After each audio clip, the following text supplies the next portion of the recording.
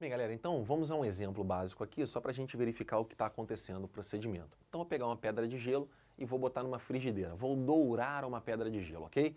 Então, botei a pedra de gelo, por exemplo, a menos 20 graus Celsius e vou deixar ela na frigideira. Pedrinha pequena, tá? Deixa ela lá. O que vai acontecer com ela? Depois de um tempo, ela vai derreter, vai virar água. Depois de um tempo, essa água vai ferver. E depois de ferver, ela vai evaporar. Legal até aqui? Beleza. Então, o que eu quero de vocês agora é, observem, gente, quais são os passos que essa pedra de gelo tem que seguir até virar vapor, né? Vamos lá. Primeira coisa, para derreter, para ela virar água, ela tem que chegar no ponto do gelo, que é 0 grau, né? Então, o primeiro passo é chegar a 0 graus Celsius. E para que isso aconteça, gente, para que ela chegue a 0 graus Celsius, ela tem que mudar a sua temperatura, ok ou não? Lembrem, enquanto estiver mudando de temperatura, eu não mudo de estado físico. Então, essa pedra aqui vai se tornar uma pedra de gelo íntegra ainda, com o mesmo formato, o mesmo tamanho, derreteu nada e toda ela está a 0. Legal? Próximo passo, ela vai começar a derreter. Agora ela está derretendo, ela está mudando de estado. E se ela está mudando de estado, ela não está mais mudando de temperatura. Ok ou não? Enquanto tiver gelo, um filetinho de gelo, está todo mundo a 0. Só está mudando de estado. Aí eu me transformo em água a 0.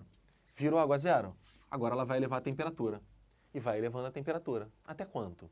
Até chegar no ponto do vapor, 100 graus Celsius. Então essa água vai se tornar água a 100 graus. A mesma massa de água, não evaporou nada, não ebuliu nada. Legal? Depois, não vaporizou nada. Depois vai virar vapor. Enquanto estiver mudando de estado, não muda de temperatura. Legal? É um de cada vez. Só um, só o outro, só um, só o outro. E depois volta a elevar a temperatura até chegar no próximo passo, lá na frente, a gente vai estudar isso, a temperatura crítica, quando ela se transforma de vapor para gás, e isso faz diferença. Ok? Beleza? Eleva a temperatura. Bem, o que aconteceu aqui?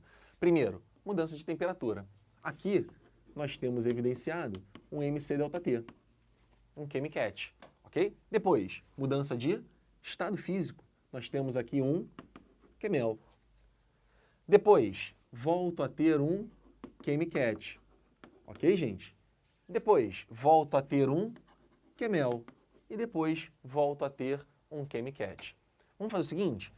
Por exemplo, se a massa fosse 10, estou chutando o valor, tá? Massa 10 gramas, tal, então aqui eu botaria o 10. Calor específico do gelo, ele daria o valor, no caso é 0,5, então ficaria 10 vezes 0,5. E qual foi a variação de temperatura sofrida nesse primeiro caso? 10 vezes 0,5 vezes quanto? Cuidado para você não botar menos 20, porque variação de temperatura é a temperatura final menos a inicial, vai ficar menos com menos. Então aqui vai dar 20, então ficaria 10 vezes meio vezes 20. Legal? Aí depois eu vinha para a mudança de estado, reparem, 10 vezes o L. O L é o de fusão, né? E o L de fusão seria 80, então 10 vezes 80. Calcularia o valor 800, beleza? Aí viria para cá. 10, que é a massa, calor específico da água, ele daria o valor, é 1, vezes a variação de temperatura, que é 100. Tudo bem? Depois ele viria para o vapor. 10 vezes o L de vaporização, que é 540, 5.400. Então ele pode perguntar no problema, quanto de calor uma pedra de gelo a menos 20 precisa para se transformar em vapor a 100? Você pega isso, mais isso, mais isso, mais isso e dá o valor da quantidade de calor para chegar até 100. Aí se ele fala, quanto uma pedra de gelo precisa receber de calor para chegar a vapor, por exemplo, a 150 graus Celsius? Aí seria isso, mais isso, mais isso, mais isso. E aqui, de 100 para 150, ainda teria um outro chemicat, uma nova variação de temperatura, e ele teria que te dar o calor específico para o vapor.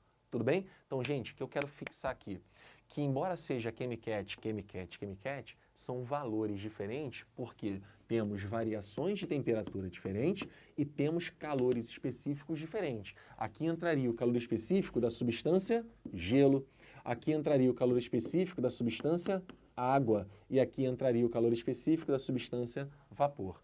Tudo dado do problema, tudo dado da questão. Legal até aqui?